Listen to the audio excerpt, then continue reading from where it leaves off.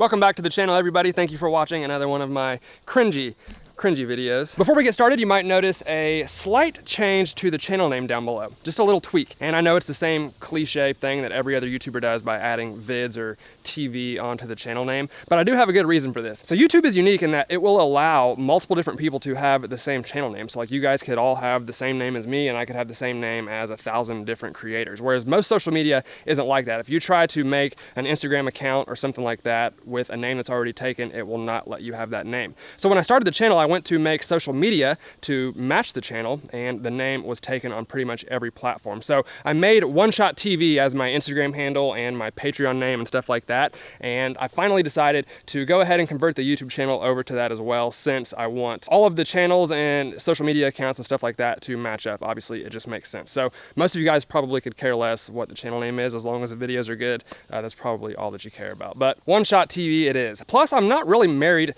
to the channel name. When I started this YouTube channel, I wanted to get like the perfect name, and I spent a lot of time thinking about it, and I never really came up with one. So I just went ahead and started the channel with a name that I had used before I ever even made videos, and I thought I would change it a little bit further down the road. And now we're like 2 years in and I still haven't really thought of one. So maybe down the road we'll change it if I can think of the perfect name for the channel, but for right now I think I'm okay with it. So today we're going to talk about an uncomfortable reality in the gun world that a lot of people don't really like to talk about, and that is mistakes we make as beginners or maybe experienced shooters. I'm going to be a little self-deprecating and honest in this video because we all make mistakes. I still make mistakes, and a lot of gun guys are like the real macho type that don't like to admit when they're wrong or be taught a different way to do things. You all know the type of person I'm talking about. None of you, of course. You guys are all perfect. But I've definitely learned a lot over the years, and I'm kind of hoping that this video will help some young people or new gun owners to get a head start so they don't have to learn the hard way like many of us did. So some of these are definitely not life or death, and if you shoot just fine the way that you do now and you don't really care to be taught a new way, then hey, more power to you. But if you're just starting out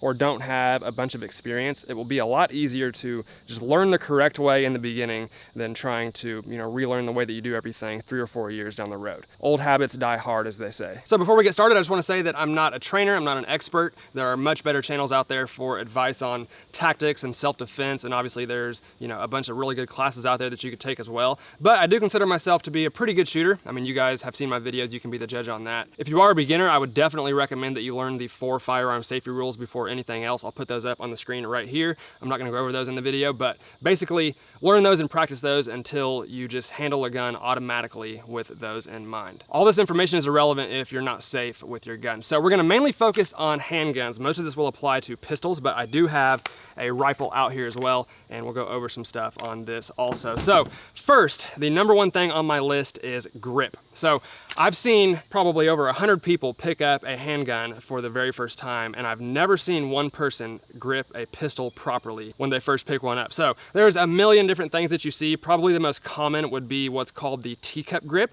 and that is where you put your dominant hand on the gun and then your support hand kind of on the bottom of the magazine like this. There's probably a million people out there that do this well, and they shoot their guns just fine. And like I said, if you don't feel the need to change and you shoot well the way you do, then more power to you. But that's definitely not going to give you the best recoil control and follow-up shots and stuff like that. There's so many of these that I could go over, just pretty much any way that you could think of, people grip handguns that way. So the only really unsafe way that I could think of is to be anything that would put your thumb behind the slide here. So people, sometimes will wrap their thumb around like this or put this hand up here like that. That's obviously not good because the slide on top of this pistol goes back and forth at 100 miles an hour, and it's gonna probably injure your thumb if you have that back there. Same with your support hand. If it's behind the slide, it's gonna bite it, probably break skin and make you bleed. I've also seen people put their support hand way out here towards the end of the gun, and that's obviously unsafe as well. Other than that, you just wanna properly grip the pistol so that you get good recoil control and follow-up shots and stuff like that. So the main way that I hear most of the competent trainers and instructors and stuff like that teach is the thumbs forward grip. So basically, you're going to put your dominant hand on the pistol just like this, and then wrap your support hand around your dominant hand so that your thumbs are both kind of going forward along the side of the frame. Now, on this side, you can see how I have my fingers over the top of my dominant hand, and then whenever you grip the pistol, if you put your dominant hand on first, you can kind of cinch your grip down by putting your support hand over your fingers of your dominant hand and then pulling towards your chest. and then that will basically put your support hand right in that gap that's right there on the gun, and then that will really allow you to, you know, get the best possible grip and help you control the muzzle rise and the recoil of the pistol. So at first it's uncomfortable. When I got my first handgun, luckily YouTube was already around, and I, you know, watched a bunch of videos on this stuff before I ever shot, so I didn't learn an improper grip and then have to change it down the road. But it is uncomfortable at first and it feels kind of weird, but now that I've done it for several years, I can't imagine anything being more comfortable than a good thumbs forward grip. So I'm gonna shoot a couple rounds here and just kind of show you guys the difference in recoil between some of these different grips. So I will say that these are forgivable. Like if you have an incorrect grip, or in certain situations, obviously you're not always going to be able to grip the pistol perfectly and, you know, align your sights, and especially if you think about like self-defense situations and stuff like that. I mean, sometimes you're injured, you're shooting one-handed, you're laying down, there's all kinds of crazy scenarios that could happen that you couldn't grip a handgun perfectly. But if you're out practicing or training and stuff like that, you're better off, you know, practicing the right way, and that will kind of translate over into self-defense and stuff like that. So let's take a couple shots. First, I will do the thumbs forward grip, and then we'll try a couple of the others to see what the difference is.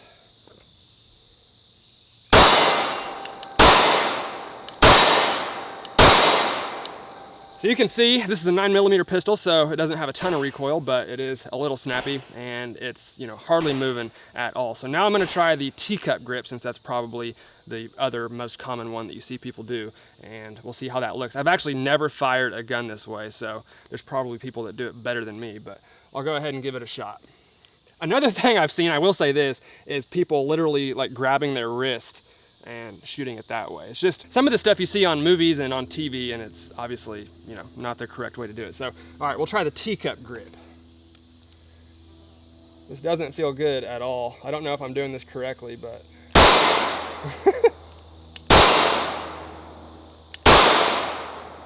so it basically just feels like I'm shooting the gun one-handed. This support hand right here almost wants to fly off every time I shoot it. So like I said, there's probably people out there that do it better than me, but you can see just between those two the difference and how much more control I had with the thumbs forward grip. So with rifles, there's a million different ways to handle these as well. Probably the most common incorrect grip that I see is the magwell grip. Again, these are not absolute. There's definitely a time and place for the magwell grip. Like if you're trying to take a really far shot and you need to be really accurate and you don't care about muzzle rise or recoil, and you have to shoot standing, then the magwell grip is, you know, one of the best. It just really helps you support that gun and keep it from moving a lot more than if you hold it way out here. So there is a place for it, but it's usually not the best way to hold a rifle. So you can see I have a forward grip right here. I kind of use that as a hand stop, and basically you just want to put your support hand as far out onto the forend as you can. Now some people get really carried away with it and put their hand like way out here and do what's called a C-clamp grip. I don't get that carried away with it. I just, like I said, I have this about halfway down the rail, and it's really comfortable for me to pull it into my shoulder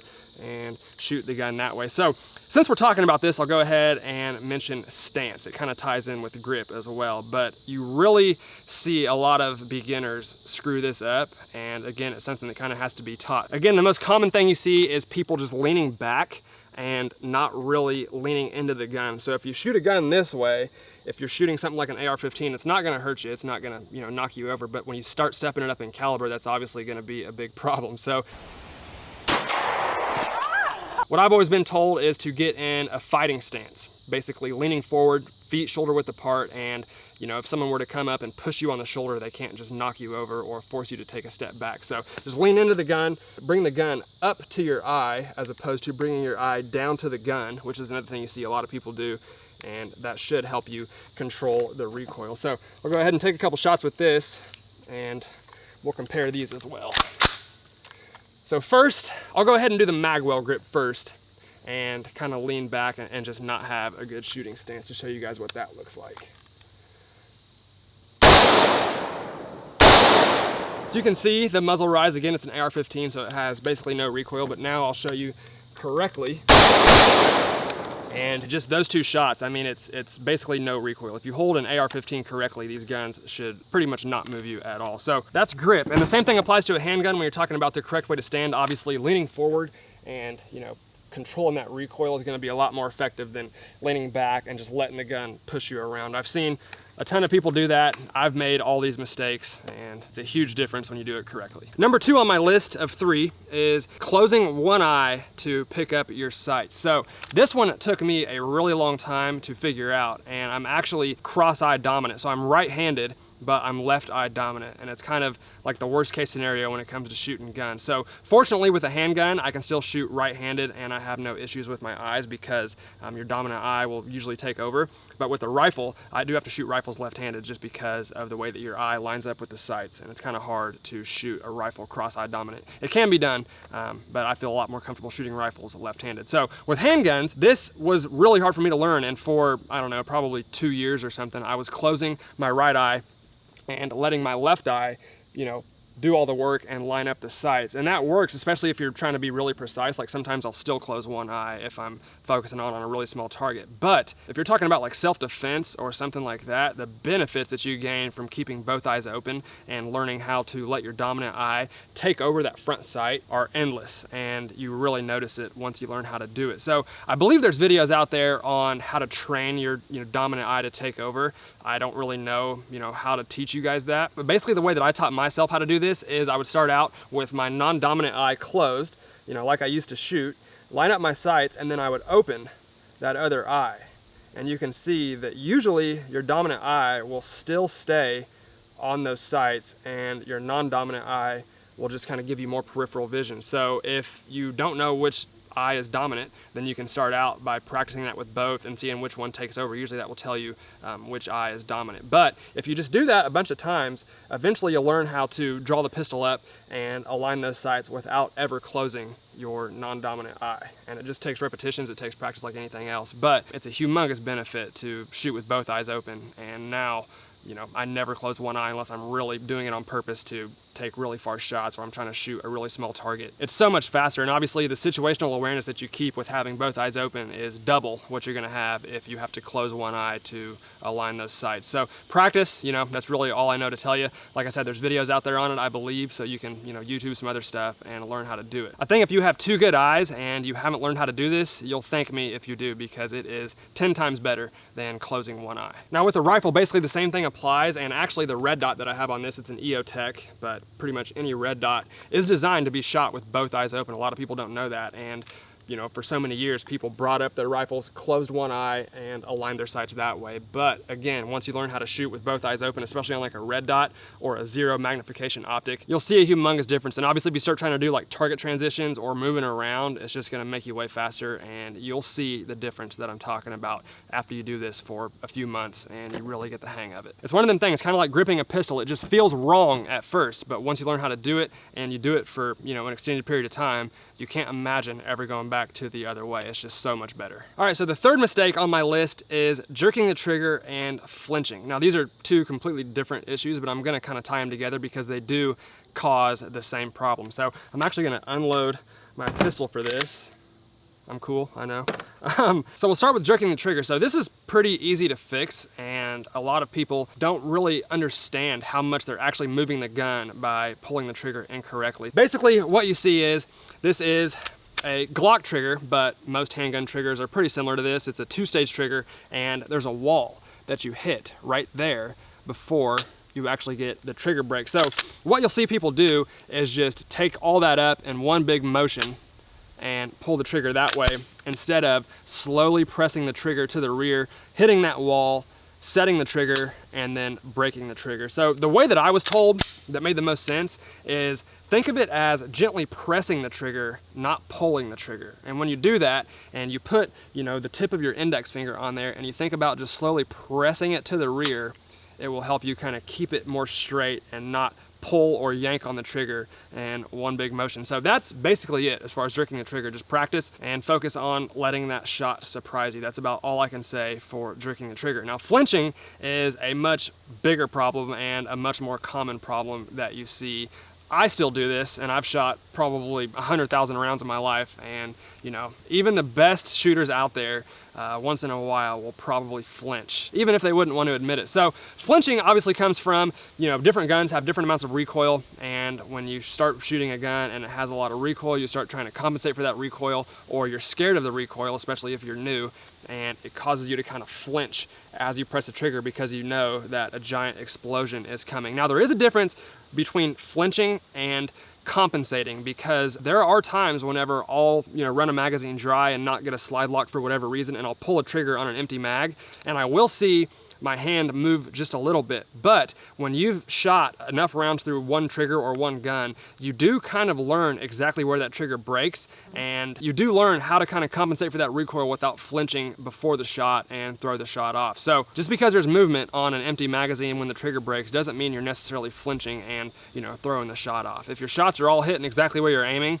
then chances are you're doing just fine. I'll say the same thing on flinching that I did on jerking the trigger. The best way to get over it or stop it from happening is to slowly press the trigger to the rear and let that shot surprise you. A lot of times you see people pick up a gun and the first shot will be great, and then all the other shots after that will be low, or low and left, or low and right, because the first one they weren't expecting the recoil, then after they felt it, now they're flinching, anticipating that recoil. So we've all heard people talk about guns being inaccurate or the sights being off on a handgun. Chances are if you're shooting a pistol specifically and you're shooting low, low and left, or low and right, it's probably you, and the gun is not inaccurate. I know, it sucks to hear, but when I first got this Glock, I swore up and down there was something wrong with it, or the sights were bad, or something was wrong, because every shot that I took was like a foot below where I was aiming, and I swore that I wasn't flinching. You know, I just thought I was doing everything perfectly, and now I can, you know, hit a bullseye target at probably 20 yards with this gun if I really tried to. So the sights were never off, the gun was never inaccurate. The guns are always more accurate than we are most of the time. User error is much more common than a gun being inaccurate. So there are these dummy rounds you can buy. They're called snap caps or dummy rounds. And a really good way to train this and see if you're flinching is to go to the range with a buddy, have someone else load your magazine, you load theirs, they load yours, and just put a couple dummy rounds in there at random spots. Shoot through the magazine, and when you hit that dummy round and you get a click, it'll really let you know if you're flinching when you're pressing that trigger. So again, there is a difference between compensating for recoil and flinching before the shot, but most likely if you're missing your target and your groups are bad, then you're flinching before the shot and you're not compensating for the recoil. I don't have any snap caps out here. I wish I brought some and I would run the drill and kind of show you guys what I'm talking about, but we've all seen YouTube videos where, like I said, even the best, most experienced shooters out there will still get a flinch every once in a while, and it's pretty funny to see because it surprises them as much as it does the viewer. Like, I've seen people literally like stumble forward because the flinch threw them off so much. It's pretty funny. But with the rifle, the same principles apply. This is definitely an issue that I see more with handguns, but it does happen with rifles as well. The 5.56 and, you know, guns like the AR and the AKs and stuff like that, they don't recoil a whole lot, so it's not going to cause you to flinch quite as bad. Now, when you get up to like a 12 gauge shotgun or some of the, you know, much more powerful rifles that are out there, you will see people flinch a lot more because they know that that really hard recoil is coming. But with the rifles that, you know, I shoot a lot of, the recoil is not going to be too bad, so the flinching isn't going to be as common as something like a handgun. But the same principles apply. If you are flinching, just focus on the trigger press, bringing it straight to the rear, let the shot surprise you, and that should take care of it. It takes a long time to get over that, but eventually you just get comfortable with the recoil and it doesn't scare you. So again, sight in your guns, and if you're shooting low or low and left or low and right, chances are you're probably flinching. But I think that is gonna do it for me today, guys. Thank you all for watching. I hope you enjoyed this video on the 3 most common mistakes that we all make as beginner shooters. Like I said, I've made every single one of these. I'm sure most of you guys have as well, and there's nothing wrong with it. When you're new, shooting can be kind of an intimidating thing because you go to the range, you go to these places and shoot with people who act like, you know, they're just the coolest thing since sliced bread, and if you don't know, then you're stupid or something like that, and it's just not the case. I will say most of the people that I've shot with or went to ranges with or met at places like that have been super cool, super helpful, really nice, and they will not make fun of you if you're making a mistake or you need help or shown how to do something. With that being said, be careful who you take advice from because there are a lot of people out there who don't really know what they're doing either. So hope you guys enjoyed the video. Hopefully you found it helpful. If you did, please let me know down in the comments below. If you liked the video, hit that like button for me. I'd really appreciate it. Thank you all for watching, and I'll see you next time.